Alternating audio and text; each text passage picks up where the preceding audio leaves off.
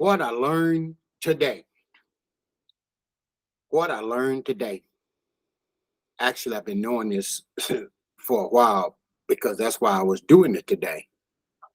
Many coaches or creators, authors, when they're speaking to an audience, they get their energy from the audience. And so if there are a lot of people there, they get excited. But if there's not too many people present, they don't get too excited. So I had a clubhouse room today and two people were present. How many? Two. And I was in there going. I was talking about writing a book, building a brand, growing a business, how to make the book a bestseller. I was just rolling, right? Only two people present.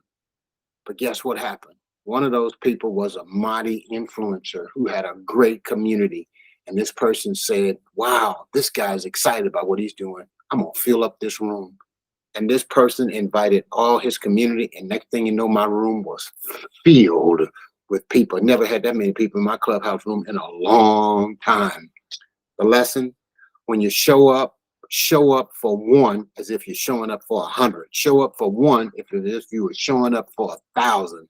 Show up for one as if you were showing up for everyone. Never dial down your passion just because one person is present or two.